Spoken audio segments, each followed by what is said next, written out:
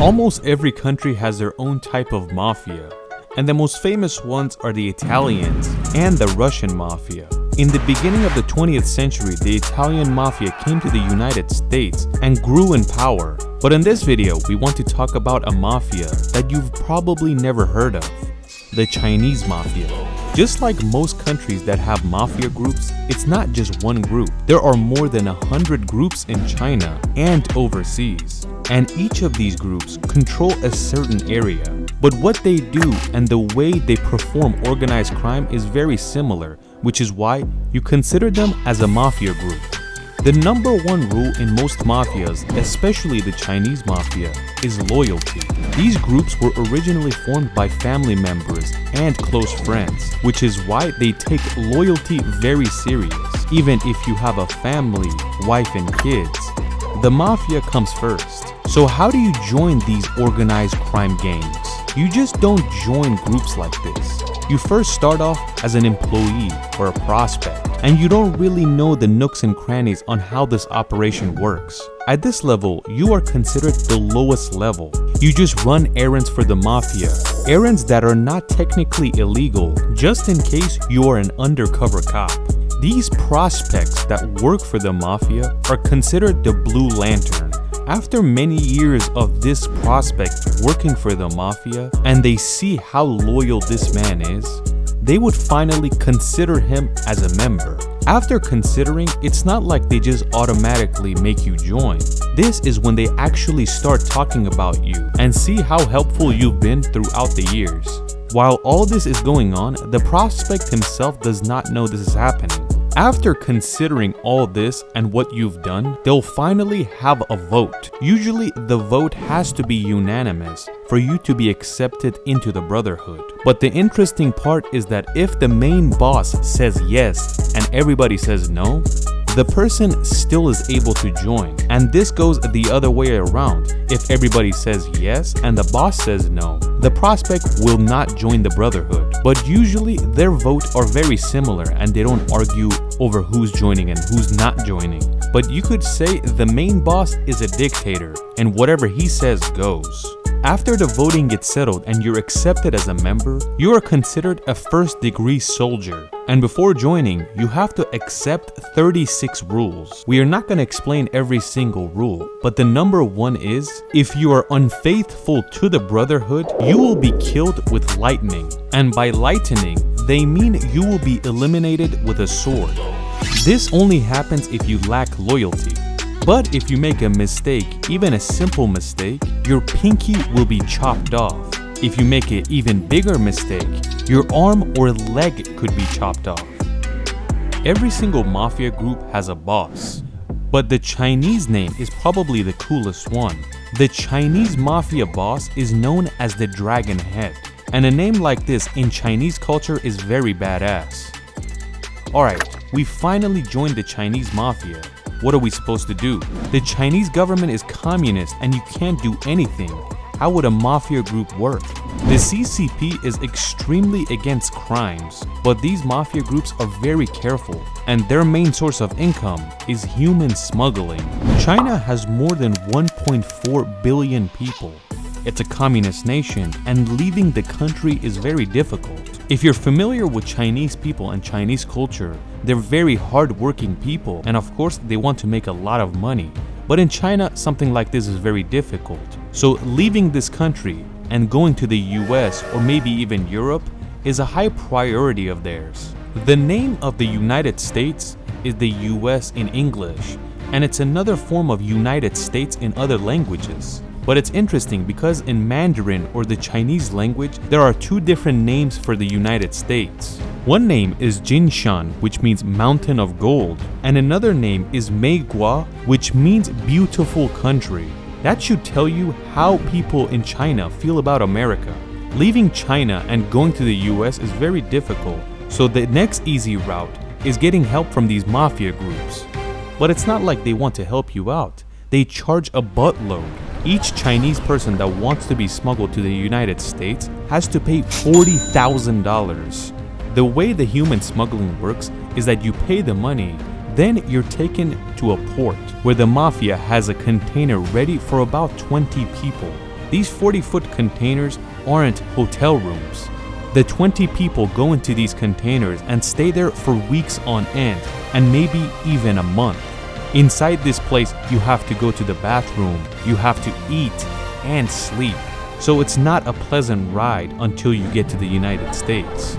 Not every Chinese person can afford $40,000. Even if the entire family puts their money together, it doesn't even come close. Usually Chinese parents, when they have a son or daughter and they want to send them to the United States, they put their lives on the line. They say, send him to the United States, he will work and pay the money.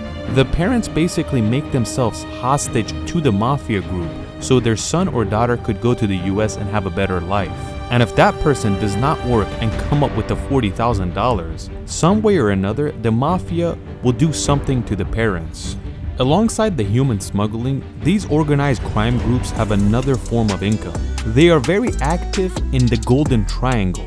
The Golden Triangle consists of 3 countries: Myanmar, Laos, and Thailand. It is also considered the Triangle of Heroin.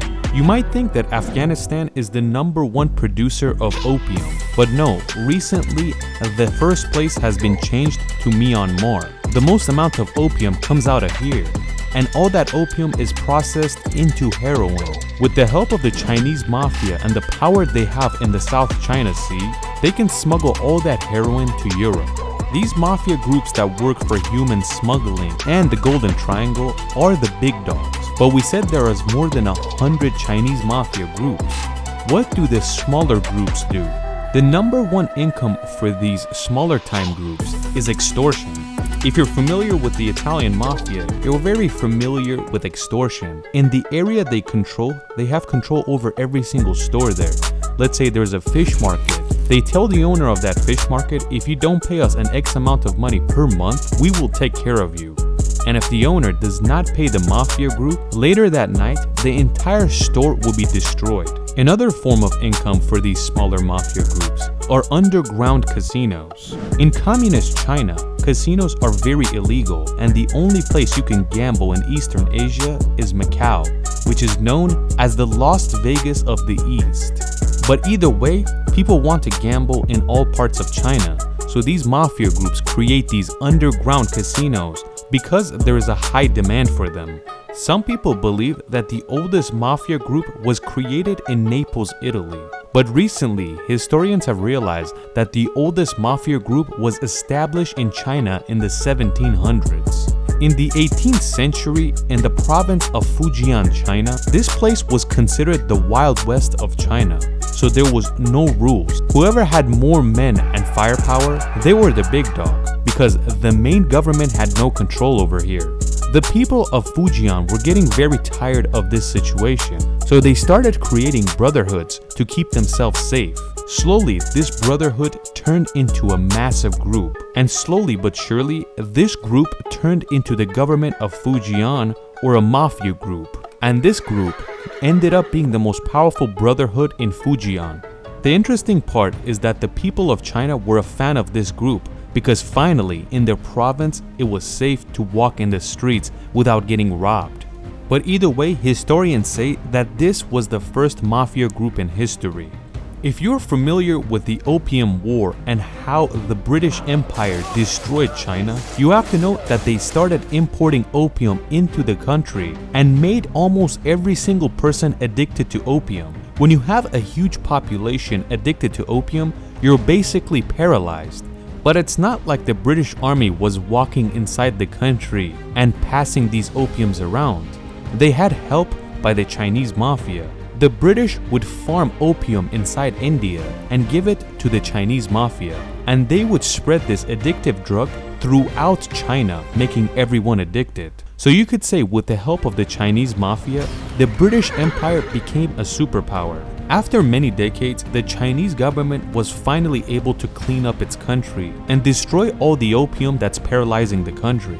But it's not like these organized crime groups are gonna go anywhere.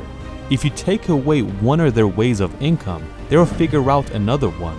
Finally, in the 20th century, China is probably at its worst state. Every few years or so, there are famines and millions of people are dying, which is why in the early 20th century, a lot of Chinese people started to immigrate outside the country. They especially wanted to go to San Francisco, California. Not only did a lot of regular Chinese people go to San Francisco, but a lot of these mafia members went there as well. And this is when the human smuggling business began for them. They would take Chinese people from China to San Francisco and charge a whole lot of money for them. And it was with the help of the Chinese Mafia that Chinatown, San Francisco was created.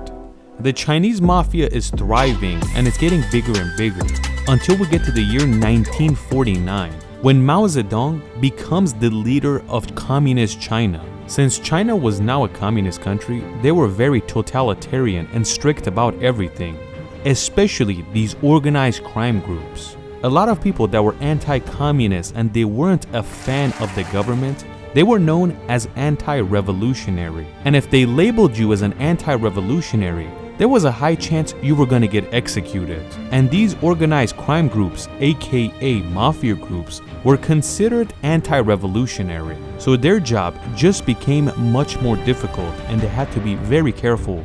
Even though the CCP put its foot down on these organized crime groups, they are still very active to this day. They are just more careful than ever. But the interesting thing is, there's more than 25,000 Chinese mafia members overseas, especially San Francisco, California. This is the reason why their human smuggling business works so well, because not only do they have men in China, but they have plenty of men overseas to watch over these individuals that they bring over. Experts believe that the Chinese Mafia has the most influence in Chinatown, San Francisco, and that means no one can work freely with the influence of the Chinese Mafia. Another interesting thing about the Chinese Mafia is that even though they have the most amount of members throughout any organized crime groups, but there's barely any information on how their groups work and how many people there are. Some experts believe that the CCP works together with some of these organized crime groups just to pinpoint anti-revolutionary and anti-communist people in the country. Either way, the Chinese government has been around for more than 200 years, and it's kind of like a tree branch that continues to grow and expand.